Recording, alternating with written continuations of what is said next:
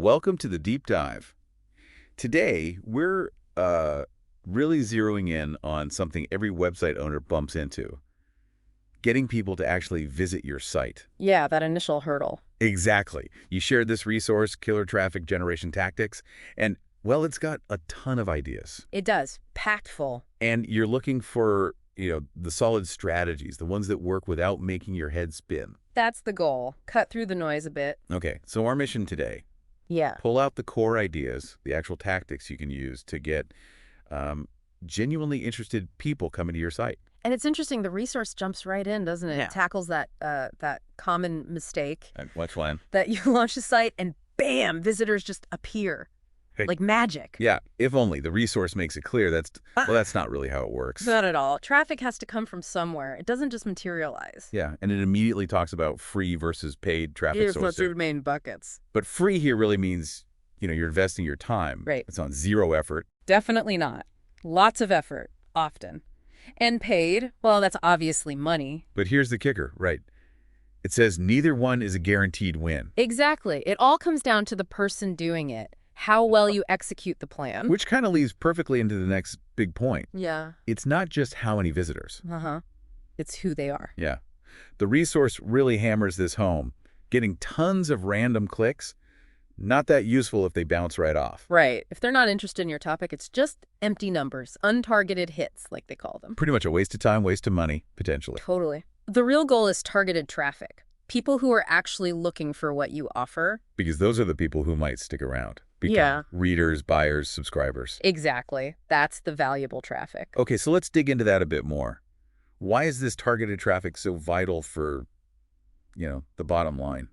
Well, the resource gives some pretty clear examples. Like, think about a joint venture. Okay. You partner with someone who already has an audience that likes your kind of stuff. Right. They promote you, and suddenly you get this surge of relevant visitors, and boom, sales can spike, like overnight. Wow, okay. That's way different from just random visitors trickling in. Totally different. And it's not just about those immediate sales either. Yes. Building your email list. If people land on your site and they're already interested, they're way more likely to sign up, right? Makes sense. They see value right away. And that list, that becomes a massive asset, a direct line to people who care. Right. Plus, it mentions building your brand popularity. Yeah, within your niche, the more targeted people you attract, the more you become known as the person or site for that topic. And that helps down the line with new products or whatever. Absolutely. It builds momentum. So yeah, the resource basically says it flat out. No traffic, no profits. Simple as that. It really is the foundation, isn't it? It is. So it then circles back to those two main approaches, free and paid. Right. Time versus money, essentially. But again, neither one is automatically better. It's about skill. Think of like Perry Marshall with Google Ads. Yeah, he knows his stuff. His results are going to be worlds apart from someone just, spamming links everywhere. Good point. And on the free side. It mentions Jimmy D. Brown, how he used like free reports that went viral. That takes skill too, a different kind. So the most profitable way isn't inherently free or paid. Nope. It's about doing it smartly, understanding the method and applying it well. Okay, let's get into some specifics then, starting with search engine optimization, SEO. Right, SEO. The resource breaks it down pretty nicely. Concept number one is how search engines even rank pages. How do they? It's basically a mix, how relevant your page content is to the search words. Keywords. Exactly, keywords. Then, the quality and number of links pointing to your site from other similar good sites. Okay, so relevance and links. And the quality of your content itself, yeah. And here's something important. Ranking for one keyword doesn't mean you'll rank for others, even related ones. Okay, so it's specific. Very specific. Then concept two tackles keyword competition. Right. The popular keywords everyone wants. Yeah, those often have tons of competition. Makes sense. But interestingly, some low-volume keywords can be super profitable per visitor. Really? How so? Maybe they indicate strong buying intent, so even those can get competitive sometimes. So the sweet spot is? Often finding keywords with decent search volume, but where the competition isn't totally crazy yet. Okay, finding that balance. Exactly. Which leads to concept three. Start with the low-hanging fruit. Love that term. What does it mean here? Easy to rank for keywords. They get some traffic, but nobody's really dominating them yet. So you target those first. Yeah, build pages for those, get some initial traction. Then, as your site gets stronger, you aim higher How do you aim higher? by getting more of those quality inbound links, especially ones that use your more competitive target keywords in the link text itself, the anchor text. Gotcha. Good. What about getting your site noticed by search engines quickly? That can be frustrating. Oh yeah, the waiting game. The resource notes that just submitting your site the old way can be slow, or you might hit the sandbox effect. Sandbox. Yeah, like a temporary holding periods for news sites sometimes. The key to getting indexed faster, it says, is getting a link from a high PageRank site. PageRank. Like a site Google sees as important. Exactly. Think of it as digital authority. Search engines crawl those important sites all the time. So if your link is there, they find you faster. That's the idea. Mhm. And it suggests a couple of ways. Like? Well, you could buy links on high PR sites. Costs money, obviously, but might speed things up. Okay. What else? Posting really good, valuable comments on high PR blogs, ones that allow links in the signature, and crucially, don't use that no-follow tag, which tells search engines not to count the link. Ah, okay. Strategic commenting. Yeah, and it mentions, though this might be dated, that MSN search used to index quickly if you just submitted directly. Things change fast, though. True, so putting it together for free traffic, link exchanges. Yes, exchanging links with relevant high PR sites in your niche. That's key. And using your keywords in the link text. Definitely. Use your main keyword, but maybe vary it a bit across different links if you're doing a bigger campaign.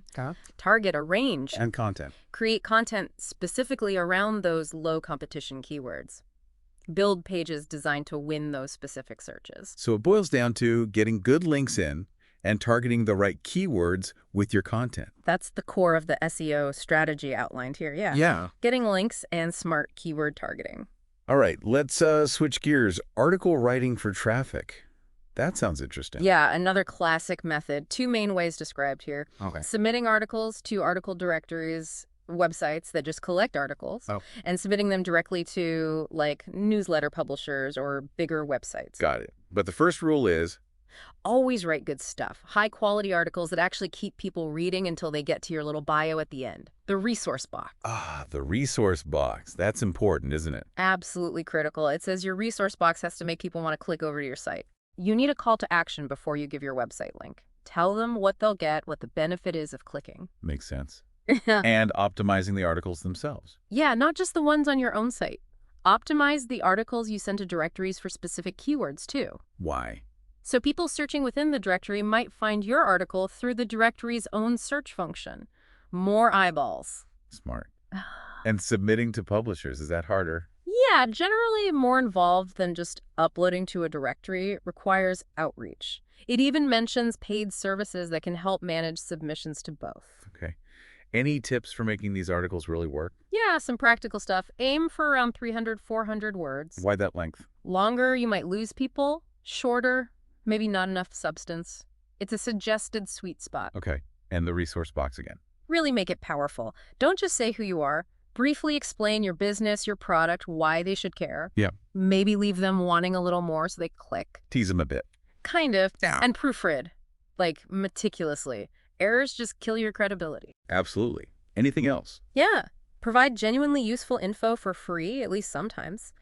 If the article itself was valuable, people are much more likely to check out who wrote it and click that link. Give value first. So where should you submit these? Any specific directories recommended? It stresses quality over quantity. It names a few specific ones, giving the URLs, and says they're good because they've been around, have decent PR and traffic, and actually accept good articles. Okay, so check those out. But it also mentioned forums.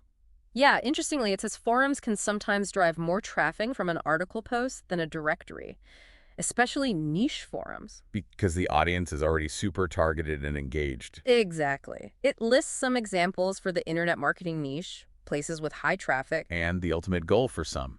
Reach out directly to big website owners in your niche. Offer to write for them regularly. A guest columnist kind of thing. Sort of. It's not easy to land, but if you do, the traffic potential is huge. Worth a shot for the ambitious. Okay, let's talk about getting others to send you traffic. Affiliate programs. Yes, the viral effect through affiliates. This section gives some really strong reasons why you'd want an affiliate program. Like what? Higher sales volume, for one. If you launch a product just by yourself, you're limited by your own reach. Yeah, your list, your ads. But affiliates, they have their lists, their websites, their audiences. They can create buzz, bundle your product, way less direct effort for you. And potentially less risk financially. Exactly. And here's a cool point. Affiliates can get your product into niches you might never have reached otherwise. Because they operate in different circles. Totally. They might have a completely different audience overlap that ends up loving your product. You could get sales you'd never achieve alone, even with a huge budget. Okay, I'm sold on the why. How do you actually start an attractive program? Plan ahead. Have a pre-launch strategy to approach potential affiliates and offer good commissions. Hi, good. Minimum 50% is suggested here. Maybe even higher for higher priced products to really make it worth their while. Makes sense. What else do affiliates need? A professional looking sales page for your product, definitely. And promotional tools, banners, email swipes, stuff that makes it easy for them to promote. So you got to support them. And how do you find them? Recruitment. Actively recruit, yes. Start with maybe friends who sell similar things, offer them a higher cut. Okay. Then research your niche. Look on places like ClickBank. Search Google for people selling related products. And don't be afraid to aim high. Right. Reach out even to people you think might be too big. A compelling product and a great commission can open doors. Where else can you find these super affiliates or JV partners? Forums again. Public and private ones. Sounds obvious, maybe. But it works. It can. If your pitch and product are solid, get active on the key forums in your niche, where the influential people hang out. Like the Warrior Forum example for internet marketing. Exactly. Don't just join and spam, though. Become a regular, valuable contributor. Build relationships. Show you know your stuff. Establish credibility first. Then, reach out privately. And here's a tip from the resource. Be willing to give more upfront. How so? Maybe offer a potential partner 100% commission on the first few sales they send, just to build a relationship, get the ball rolling, show you're serious. Interesting tactic. Okay, what about other traffic methods? Traffic exchanges. Traffic exchanges. The resource is a bit cautious here. Says they can be useful, especially in certain niches like humor or IM. Yeah. But their effectiveness really depends on the system. Some just reward mindless surfing, no real engagement. Yeah, I've seen those. Click, click, click. Or worse, the auto surf ones that might be full of bots, not real people. And some are just too slow, not enough active users to get your site shown much. So tread carefully. Very. It mentions one specific IM exchange, trafficswarm.com, as potentially better if you avoid the autosurf and maybe use banner exchanges or paid credits. The advice is basically experiment cheap, see if you get quality traffic. Pretty much. If the visitors aren't interested or don't convert, ditch that exchange and try another, or just move on. Okay. Forums again, but using them the right way. Yes, the right way is key. No spamming. That's the fast track to getting banned. So what is the right way? Find forums actually related to your product or niche. Create a real account and then participate. Be part of the community. Exactly. Learn what they talk about, reply to posts thoughtfully, help people out, build a reputation. And then eventually. Once you're known and respected, you can add your link to your signature. Maybe offer a discount in a relevant section if the forum allows it. So it's a long game. Building relationships, not just dropping links. Absolutely. Contacts, brand building, then traffic. Not just aggressive self-promotion. Got it. What about blogs? How do they fit in? Blogs get a thumbs up, seen as better than static pages for traffic. Why is that? Easier to update, for one. Fresh content is good for search engines. Plus, you can ping blog updates. Being. Yeah. Notify directories and social bookmarking sites automatically about your new post. Helps with faster indexing. Okay. And each new post can push you to the top of tag lists on your blog, giving little traffic boosts. Any specific blog tactics mentioned? If you use something like Blogger, comment on other related blogs. Include your link in your signature. Like the forum strategy. Similar principle. Yeah. And it suggests maybe creating multiple small blogs, each laser focused on one specific keyword. Micro niche blogs. Kind of. Capture that specific search traffic, then funnel it to your main site or offer. Clever. Okay, let's shift to paid traffic now. Pay-per-click, PPC. Right, PTC programs. The resource highlights a couple of, fairly recent changes at the time it was written: segmentation and longer keywords. Segmentation. Explain that. Breaking your ad campaigns down into really small, focused groups. based on what it calls key phrase bases, like keywords that share 2 or 3 common words. Why do that? So you can write super specific ads. If someone searches for blue widget review, your ad can have blue widget review right in it, maybe even bolded, boosts click-through rates. Ah, makes the ad hyper-relevant. Exactly. And the other thing is the rise of unique long searches. Like over half of Google searches are unique. People typing in whole questions or very specific phrases. Right. So instead of just fighting over short, expensive keywords like widgets, build lists of hundreds or thousands of longer, more specific, long-tail keywords. Like best blue widget for small kitchens under $50. Precisely. Less competition, lower cost per click usually, and often more targeted traffic. So the strategy is highly segmented lists and deep keyword research. Okay, so how do you actually do PPC step by step according to this? First, get accounts. Google Ads is the main one usually, but also Yahoo's Network Overture are mentioned. Right, then keywords. Use the Google Ads keyword tool. Dig deep. Find every possible variation. Build a massive list. Then segment it. Break that huge list into lots of small lists based on those 2-3 word bases. Aim for many ad groups, like 40 plus is even suggested, following Perry Marshall's advice. Wow, that's granular. It is. Then write ads for each group, making sure the core keyword is in the ad copy so it gets bolded in search results. For that relevance boost again. Right. What about bidding? How much do you pay per click? Crucial part, you got to base it on your numbers. How much profit do you make per sale, and what's your conversion rate? Okay, example. If your product makes $50 profit and 1 out of 100 visitors buys, that's a 1% conversion rate, then the absolute most you can pay per click is 50 cents to break even. $50 profit, 100 clicks. Right, gotta know your metrics. Absolutely. And if you're not profitable, don't just blame the ads. Tweak your sales page too. Headline, graphics, price. Optimize both sides, the ad and the landing page. That's where the best results come from, yeah. Okay, moving into leveraging other online media. Paid e-zine ads, like newsletter ads. Yeah, paid, easy, and advertising. The resource is a bit skeptical about the traditional way. Why? It talks about adverse selection. Basically, the really good e-zines, the ones with super engaged readers, they often limit ads to keep quality high. Makes sense, they protect their audience. Right. The ones that accept tons of ads might have less responsive lists, so just blindly buying ads might not work well. So what's the alternative? A more personal approach. Find relevant e-zines with good content. Subscribe yourself. Engage a bit. Become a real reader first. Yeah. Then reach out personally to the owner. Propose advertising, but maybe frame it differently.